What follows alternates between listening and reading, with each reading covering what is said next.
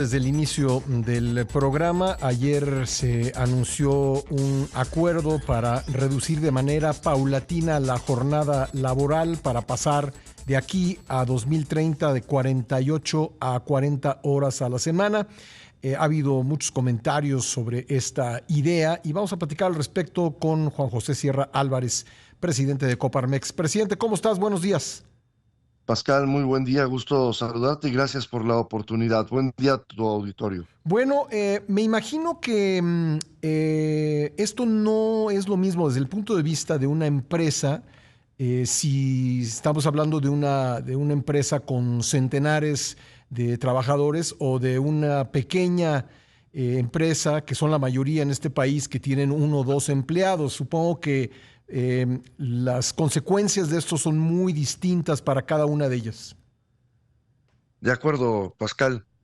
Desde Coparmex, pues estaremos muy atentos a participar en estas mesas de trabajo que seguramente va a convocar la Secretaría del Trabajo y Previsión Social para analizar y definir muy bien el rumbo de la reforma.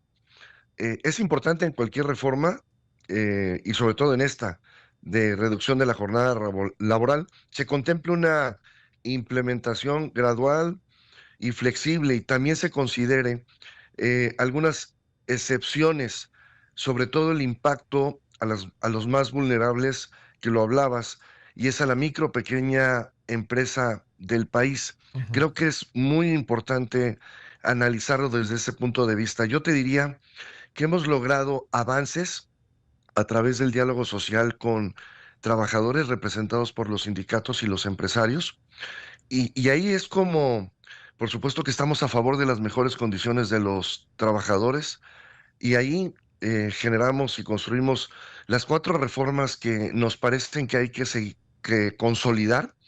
Los aumentos del salario mínimo, Coparmex lo impulsa desde el 2016, logrando pues un aumento real de 154% al salario mínimo desde ese 2016. El tema de la reforma de las vacaciones, la subcontratación para evitar los abusos, el tema de las pensiones, estos, logramos estos avances, creo que fue muy bueno. Tenemos retos, Pascal, que persisten, que son desafíos estructurales, como la baja productividad. México hoy es el último lugar de la OCDE en productividad, es decir, no podemos seguir hablando de reformas laborales sin hablar de productividad del país. No podemos hablar de reformas laborales si no hablamos también de la deducibilidad al 100% de las prestaciones laborales para incentivar la inversión, el empleo. Es importante la deducibilidad al 100%.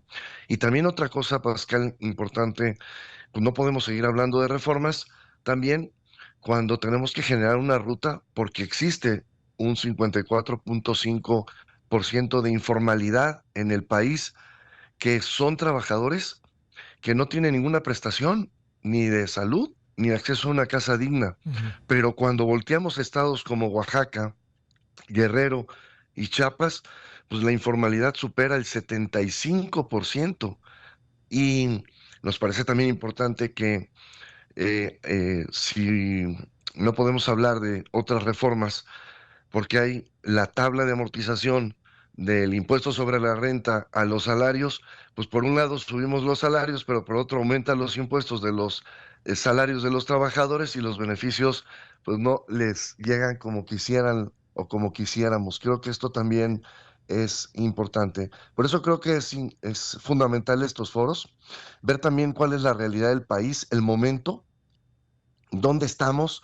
Venimos de una desaceleración, libramos por nada una recesión técnica y con un pronóstico para este 2025 pues de decrecimiento, y ello implica también pues una pérdida del empleo. Es decir, Ujú.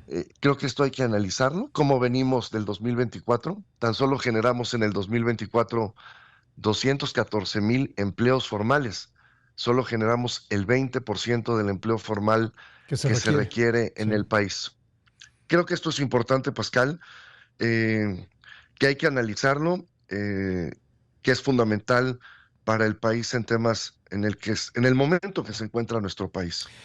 Presidente, en tu opinión, ¿los trabajadores en México quieren más tiempo libre o mayor salario? Si tuvieran que escoger entre las dos cosas. Si tuvieran que escoger, yo creo que en este momento, pues prefieren un mayor salario, pero Ujú. en este mayor salario, creo, Pascal, que es importante con todas las prestaciones de ley, Sí. ¿no? Es Sí, decir, un por salario, supuesto digo, que es, perdón, un trabajo en la economía formal, ¿no? es correcto. Sí, Por eso creo que es importante, Pascal, una hoja de ruta sí. en tema de la informalidad. Hay casi 5 millones de MIPYMES en el país que Ujú, generan el 64% del empleo. ujú. Son el motor de la generación del empleo, de la economía, pero también es el tejido social, porque ahí está la familia, el joven, la joven, la madre emprendiendo y casi 3 millones son informales. Creo que ahí está, y de esas 1.790.000 MIPYMES formales, solamente 1 millón tiene acceso a crédito. Y de ese millón, solo 254.000 están en los servicios de la banca. Estos son datos de la Asociación Mexicana de Bancos. Creo que es importante atender a la MIPYME en el país, capacitarla, que tenga acceso al crédito, incentivarla es fundamental. Por eso, por algunas razones, tenemos ese 54.5% y hay que atender a las causas. Y una MIPYME con capacitada, con acceso al crédito, incentivada, es 5 veces más productiva y puede generar 4 veces más empleo, Pascal. Bueno, pues ahí están los datos, presidente, y vamos a seguir este tema con mucha atención. Te agradezco que me hayas tomado la llamada.